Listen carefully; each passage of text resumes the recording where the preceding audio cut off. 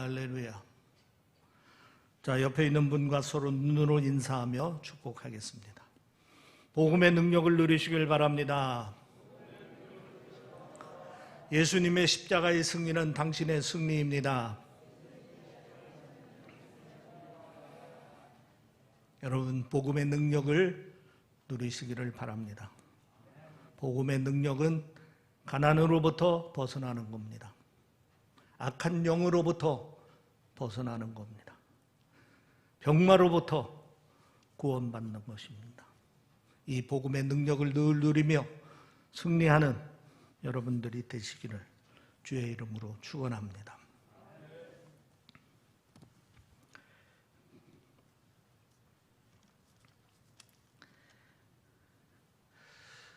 위기에 대한 명언 가운데 이런 말이 있습니다. 진정한 위기는 위기인데도 불구하고 위기인 것을 모르는 것이다. 그리고 이보다 더 큰 위기는 위기인 것을 알면서도 아무것도 하지 못하고 있는 것이다. 이번 코로나19 사태에서 이 명언이 그대로 입증이 되었습니다. 코로나가 확산되고 있는데도 강 건너 불 보듯 남의 일로만 생각하다가 큰 어려움에 처할 수 있습니다. 우리는 철저히 방역수칙을 잘 지키며 또 위생관리도 철저히 하고 서로 간에 배려하는 마음으로 피차간에 조심을 해야 합니다. 교회에서는 일주일에 3번씩 소독을 하고 설교대 가름막도 설치하고 사회자와 설교자는 꼭 마스크를 착용하고 진행을 하고 설교자는 설교 시에만 마스크를 벗고 설교를 하게 되어 있습니다. 찬양자도 마스크를 쓰고 찬양하며 사회적 거리 두기를 위해서 좌석 배치의 거리도 더 넓혀서 제한된 인원수 가운데에 예배를 드리고 있습니다. 여러분, 이 시간에도 안심 좌석에 잘 정리해서 앉아주셨는데 앞으로도 예배 시간마다 꼭 이 점을 유념해서 안심 좌석에 꼭 앉아주시기를 바랍니다. 예배는 온라인 예배와 1부, 2부 속회별 분산 예배로 드리고 소그룹 모임은 일체 허용하지 않고 있습니다. 확진자 접촉 의심이 된다든지 자신의 몸에 이상 징후가 있다든지 열이 나는 분들은 서로를 위해서 조심하는 차원에서 분산 예배에 참여하지 않았으면 좋겠습니다. 무엇보다도 우리가 매일매일 기도할 때 코로나 전염을 막아달라고 하나님 앞에 기도해야 될 줄 믿습니다. 또 교회에서는 방역소독 기계를 좀 더 성능이 좋은 것으로 새로 구입을 했습니다. 어제 토요일에도 우리 장로님들이 다 나오셔서 교회 곳곳을 다 소독했습니다. 앞으로도 예배 시간마다 우리 장로님들이 봉사해서 소독을 하려고 합니다. 교회에서는 나름대로 이렇게 코로나 방역을 위해서 노력을 하고 있음을 여러분들이 아시고 편안한 마음으로 예배에 참여하여 예배드릴 수 있도록 하시기를 바랍니다.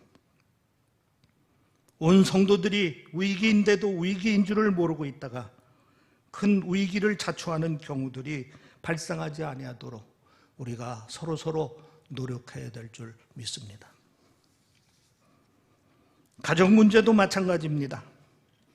위기가 닥쳐올 때 그것이 위기인 줄 알고 온 가족이 잘 대처를 하면은 큰 위기를 모면할 수 있습니다. 그런데 위기가 가까이 오고 있는데도 그것이 위기인 줄을 모르고 안이하게 대처하다가는 큰 위기를 맞을 수밖에 없는 겁니다. 대표적인 예로 믿음의 조상 아브라함의 가정에서 확인해 보겠습니다. 아브라함이 나이 75세 아내 사라와 조카 롯을 데리고 가나안 땅으로 이주했습니다. 그런데 그 가나안 땅에서 큰 위기를 맞습니다. 가나안 땅에 기근이 들어서 더 이상 그 땅에서 살 수 없는 그런 상황이 되었습니다. 그래서 아브라함이 이 위기를 극복하려고 가족들과 함께 애굽으로 피난길을 떠납니다. 그래서 기근의 위기를 모면합니다. 그러나 문제는 생각지 않는 곳에서 또 다른 위기를 맞게 됩니다. 애굽에서 돌아온 아브라함과 롯은 부자가 되었습니다. 아브라함과 롯 두 사람이 모두 양과 소의 가축이 늘어났습니다. 재물이 늘어가자 두 사람 사이에 다툼이 생기기 시작한 것입니다. 피차 많은 가축을 먹일 물과 풀이 부족하기 때문에 목자들이 서로 다투는 가정의 위기를 맞이하게 되었습니다. 믿음의 가정에 진정한 위기는 따로 있습니다. 위기인 줄 모르는 사이에 찾아오는 위기, 바로 그것입니다.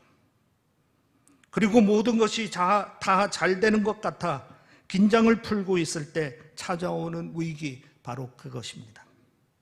그래서 우리가 가정을 지키기 위해서는 언제 위기가 찾아올지 모르기 때문에 늘 깨어서 살피고 그리고 사전에 방지를 해야 하는 겁니다. 그러면 믿음의 가정에서 위기를 대비하기 위해서 우리들이 먼저 해야 될 일이 무엇입니까? 오늘 본문에 나오고 있는 아브라함 가정에서 찾아보겠습니다.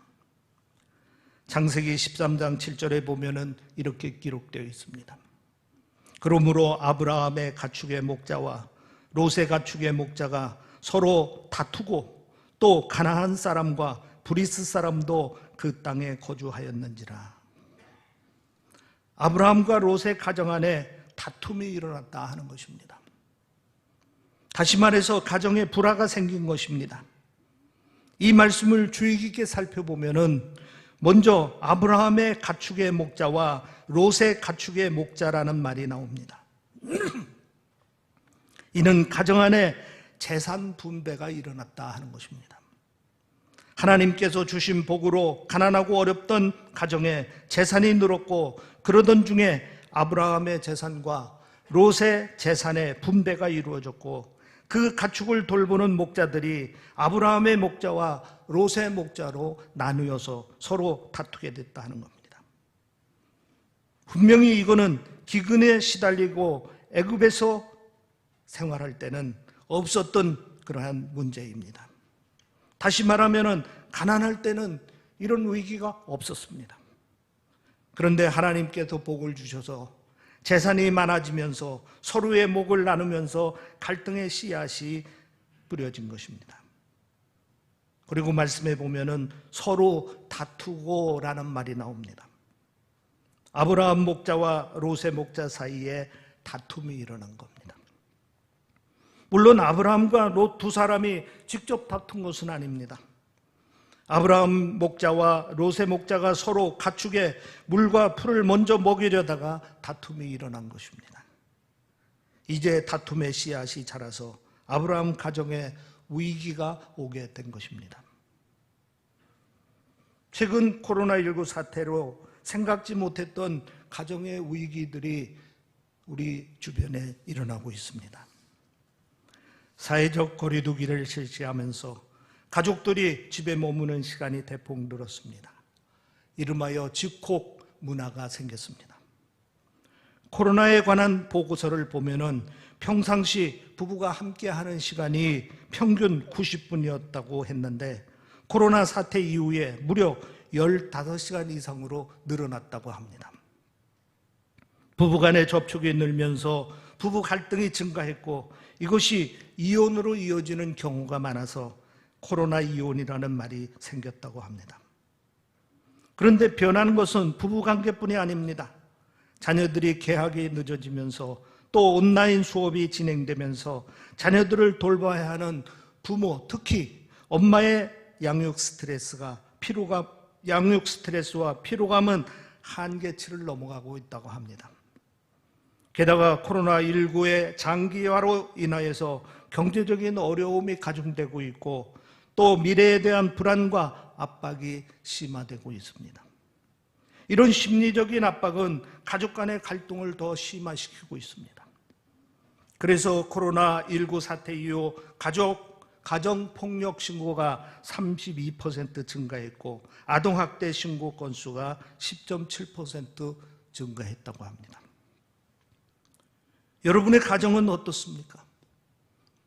코로나19 사태 이후 여러분의 가정이 더 가족들 간의 관계가 좋은 관계가 되었습니까? 아니면은 더 힘들어지는 관계가 되었습니까? 자칫 코로나19가 우리 가정에 생각지 못했던 위기를 만들어낼 수 있다는 사실을 우리는 주목해야 하는 것입니다. 그러면 이런 가정 내의 불화 문제를 어떻게 대처해야 합니까? 다시 아브라함의 가정 상황을 살펴보겠습니다. 창세기 13장 8절 9절에 보면 이렇게 기록하고 있습니다. 아브라함이 롯에게 이르되 우리는 한 친족이라 나나 너나 내 목자나 내 목자나 서로 다투게 하지 말자. 내 앞에 온 땅이 있지 아니하냐. 나를 떠나가라. 내가 좌하면 나는 우하고 내가 우하면 나는 좌하리라. 한마디로 가정의 불화의 문제를 해결하기 위해서 서로 분가할 것을 제의한 것입니다. 이 말씀을 깊이 살펴보면은 아브라함은 서로 다투게 하지 말자고 제안을 했던 것입니다. 따지고 보면은 아브라함이 할 말이 많았을 것입니다. 보통 다툼이 일어나면은 원인을 찾기 위해서 서로 시시비비를 가리고 말합니다. 아브라함도 자기 입장에서 롯에게 문제 제기를 할 수 있었을 것입니다. 그러나 아브라함은 시시비비를 가리거나 책임을 추궁하지 않았습니다. 그저 가정 안에서 다툼이 일어난다는 것이 하나님 보시기에 아름다운 일이 아니기 때문에 다툼을 끝내는 방법이 무엇인가 깊이 생각하다가 분가를 제의한 것입니다. 그리고 아브라함은 분가를 제의하면서 롯에게 가려는 땅을 먼저 선택하라고 양보합니다. 사실 따지고 보면은 롯이 이렇게 큰 재산을 이루게 된 것은 아브라함 때문입니다. 아브라함이 동생 하란이 죽은 뒤 조카 롯을 아들처럼 거두어서 여기까지 온 것입니다. 그러면 일반적으로 아브라함이 먼저 갈 곳을 선택하는 것이 맞습니다. 그러나 아브라함은 롯에게 먼저 갈 곳을 선택하라고 양보합니다. 롯이 좌하면 나는 우할 것이고 롯이 우하면 자기는 좌하겠다는 것입니다. 아브라함은 분가 과정에서 또 다른 다툼이 일어나지 않도록 나름대로 노력을 한 것입니다. 여기서 우리는 아브라함의 신앙적 인격을 배울 수 있습니다. 아브라함의 가정에 불화가 일어났을 때 아브라함은 너그러움으로 가정의 불화를 막으려고 했습니다. 그리고 이 너그러움으로 다툼이 없는 분가를 이루려고 했습니다. 우리 가정에 이런 너그러움이 필요합니다. 우리 교회에 이런 너그러움이 필요합니다. 가족 간에, 성도 간에 저마다 서로에 대한 이런 너그러움이 필요한 것입니다. 한 초등학생 엄마의 이야기입니다. 아이가 학교 간 뒤에 방 청소를 하다가 쓰레기통에 버려져 있는 쪽지를 보았습니다. 그 쪽지에 쓰여진 글을 읽는 순간 화가 머리끝까지 치밀었습니다. 이런 내용입니다.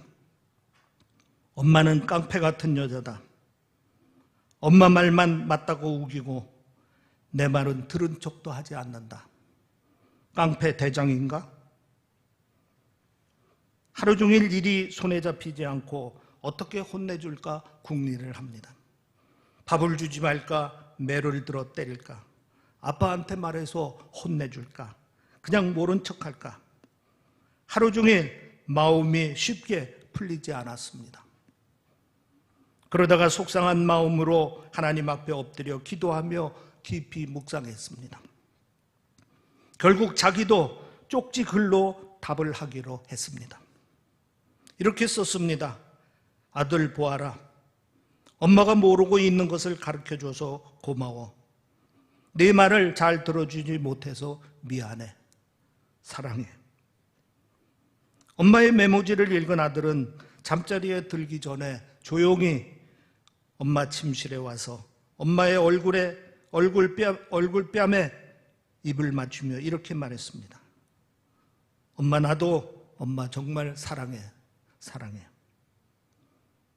너그러움이 엄마와 아들을 화해시킨 것입니다. 이러한 너그러움이 여러분의 가정에 풍성하기를 주의 이름으로 축원합니다. 이러한 너그러움이 우리 교회에도 넘치기를 주의 이름으로 축원합니다. 우리의 너그러움이 우리의 가정을 화목하게 합니다. 우리의 너그러움이 교회를 편안하게 합니다. 우리의 너그러움이 가정을 위협하는 위기를 극복하게 하는 것입니다.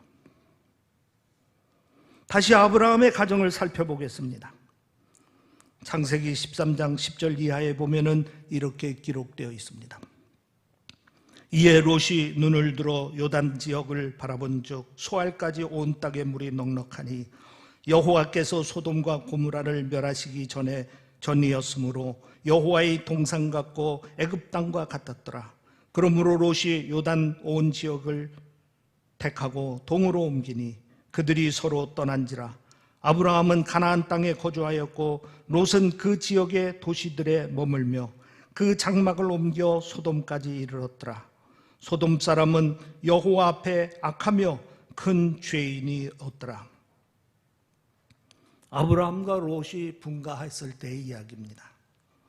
아브라함이 롯에게 갈 곳을 택하라고 했을 때 롯이 소돔과 고모라를 택하였고 아브라함은 가나안 땅에 머물었습니다. 그런데 여기서 롯이 갈 곳을 선택할 때에 그 기준이 문제가 됩니다. 롯이 눈을 들어 갈 곳을 찾으려고 바라보았습니다. 한마디로 육신의 안목으로 갈 곳을 찾았습니다. 결국 소돔을 택했는데 그곳은 악한 사람들이 사는 곳이고 하나님 앞에 죄인들이 사는 곳이었습니다. 반면에 아브라함은 가나안에 머물렀습니다. 한마디로 영적인 안목으로 가나안을 택한 것입니다. 그래서 창세기 13장 14절에 보면은 롯이 떠난 뒤에 하나님께서 가나안을 택한 아브라함에게 나타나셔서 그리고 그를 축복해 주십니다. 그 땅을 줄 것이고 그 땅에서 자손이 번성할 것이라고 약속을 해 주십니다. 아브라함이 그 약속을 받고 하나님께 제사를 드렸습니다. 믿음의 가정에도 영적인 위기가 찾아온다는 사실을 기억하시기 바랍니다. 가족들 가운데 육신의 안목으로 세상을 바라보는 사람들이 생깁니다. 그래서 영적인 안목을 가진 사람들과 관점 차이가 생깁니다. 심한 경우는 영적 갈등과 다툼이 일어나기도 합니다. 실제로 우리 가정 안에서 이런 일들이 일어나고 있습니다. 불신 가정에서 누군가 예수를 믿게 되면은 영적인 관점 차이 때문에 가족들과 영적인 불화를 일으킵니다. 그리고 믿음의 가정에서 누군가 롯처럼 육신의 안목을 가진 사람들이 나타나면은 역시 영적인 관점 차이 때문에 영적인 불화가 일어납니다. 그래서 가정에 영적인 위기가 나타나곤 합니다. 이럴 때 우리가 어떻게 해야 합니까? 아브라함이 한 일을 살펴보겠습니다. 우선 아브라함은 롯에게 강요하지 않았다는 사실입니다. 아마도 아브라함은 롯이 소돔과 고모라를 택하고자 할 때 만류할 수도 있었을 것입니다. 그곳은 죄악이 가득한 곳인 줄 알았기 때문입니다. 그래서 롯에게 다른 곳으로 가라고 강요할 수 있었을 것입니다. 그러나 아브라함은 롯의 선택을 존중해 주었습니다. 미국 속담에 말을 물가로 데리고 갈 수는 있지만은 물을 먹게 할 수는 없다 하는 말이 있습니다. 억지로 말을 물가까지는 데리고 갈 수는 있지만은 물을 먹게 할 수는 없다는 뜻입니다. 강요로 할 수 있는 일이 있지만은 강요로 할 수 없는 일도 있다 하는 얘기입니다. 영적인 일은 더더욱이나 그렇습니다. 강요해서 교회까지 데리고 올 수는 있습니다. 그러나 예수를 믿게 할 수는 없습니다. 이 부분은 전적으로 성령께서 하시는 영역이기 때문입니다. 그래서 자칫 강요는 오히려 성령의 역사를 방해하는 일이 될 수 있음을 잊지 말아야 합니다. 결국 우리는 가족들 가운데 롯과 같은 사람이 나타났을 때에 강요해서는 안 되는 겁니다. 강요 때문에 마음문이 닫히면 성령의 역사를 방해할 수 있기 때문입니다. 그래서 권면을 하되 강요를 하지 말아야 하고 마음의 감동을 받아 스스로 결정하도록 기다려주고 또 기다려주어야 하는 것입니다. 그 다음에 아브라함은 롯을 위하여 기도를 했습니다. 오늘 본문 우리가 읽은 본문 17절에 보면은 여호와께서 이르시되 내가 하려는 것을 아브라함에게 숨기겠느냐.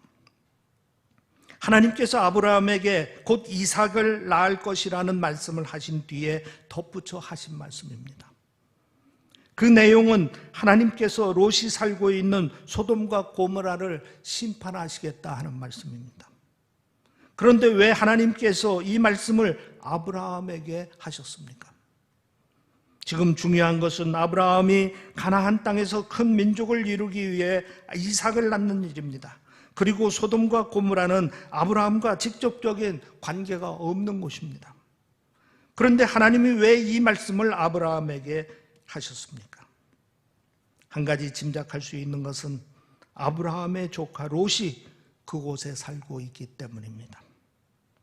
또 한 가지 짐작할 수 있는 것은 아브라함이 소돔과 고모라에 살고 있는 롯을 위해서 기도하고 있었기 때문입니다. 죄악이 가득한 땅에서 살고 있는 롯을 지켜주시옵소서 기도했습니다. 그 땅에서 거룩한 백성으로 믿음을 잃지 않고 살 수 있도록 기도했습니다. 그리고 아브라함은 하나님께서 소돔과 고모라 심판하는 것을 알고 롯을 위하여 간절히 기도합니다. 우리가 오늘 본문 이후의 말씀을 쭉 읽어보면은 아브라함은 정말 롯을 위해서 간절히 기도하는 부분을 볼 수가 있습니다. 어떻게 해서든지 롯을 그 심판에서 구원해내기 위하여 간절히 기도합니다. 우리는 가족들 가운데 롯과 같은 사람이 있으면 위하여 열심히 기도해야 합니다. 특히 그 영혼을 구원해 주시고 지켜 주십사 기도해야 됩니다. 그것도 소망 가운데 기다리며 또 인내하며 기도해야 하는 것입니다. 그래야 가정의 영적인 위기를 극복할 수가 있습니다. 우리가 살고 있는 이 시대는 가정마다 크고 작은 위기에 노출되어 있습니다. 그래서 가정의 믿음을 지켜내기가 쉽지 않습니다. 더 많이 기도해야 되고 더 많이 노력해야 되고 너그러운 인격을 쌓도록 하여야 되는 것입니다. 가족들 한 사람 한 사람 영적으로 잘 보살피며 영적 싸움에서 승리하도록 도와야 하는 겁니다. 그래야 언제 다가올지 모르는 가정의 위기를 우리가 극복할 수가 있습니다. 시편 128편 1절 2절에 여호와를 경외하며 그의 길을 걷는 자마다 복이 있습니다. 내가 내 손이 수고한 대로 먹을 것이라 내가 복되고 형통하리라 말씀하셨습니다. 코로나 시대에 주의 은혜로 너그러운 마음으로 가정을 화목하게 하고 기도로 영적 싸움에 승리하여서 가정의 위기를 잘 극복해가는 여러분의 가정이 되기를 주의 이름으로 축원합니다. 기도하겠습니다. 우리를 지키시고 보호하시는 아버지 하나님, 늘 함께 하시는 아버지 하나님, 우리 성도들의 가정을 주께서 축복하여 주시어서 저들을 항상 믿음으로 승리하는 가정이 되도록 인도하여 주시옵소서. 아멘. 세상적인 위기와 영적인 위기를 잘 구별하여 기도하며 또 넉넉한 마음으로 이 모든 위기를 극복하고 하나님께 감사하며 찬양하는 가정들이 될 수 있도록 인도하여 주시옵소서. 세상의 어려움들이 우리의 마음을 각박하게 할 때가 있습니다. 엎드려 기도하게 하시고 기도할 때마다 넉넉한 마음을 허락하여 주시고 평화로운 마음을 허락하여 주시고 서로가 서로를 이해할 수 있는 마음을 허락하여 주시어서 가정을 화목하게 하시고 교회를 화목하게 하시고 하나님의 영광을 드러내는 교회와 가정이 될 수 있도록 인도하여 주시옵소서. 또한 아버지 하나님, 주님 앞에 엎드려 기도할 때마다 믿음의 담대함을 허락하여 주시고 믿음의 눈을 뜨게 하여 주시어서 사탄막의 악한 영의 회방에 넘어가지 아니하도록 도와주시고 날마다 하나님께 감사하며 영광 돌리는 삶을 살 수 있도록 인도하여 주시옵소서. 감사하며 우리 주 예수 그리스도의 이름으로 기도하옵나이다. 아멘. 말씀에 큰 은혜 받으신 줄 믿습니다.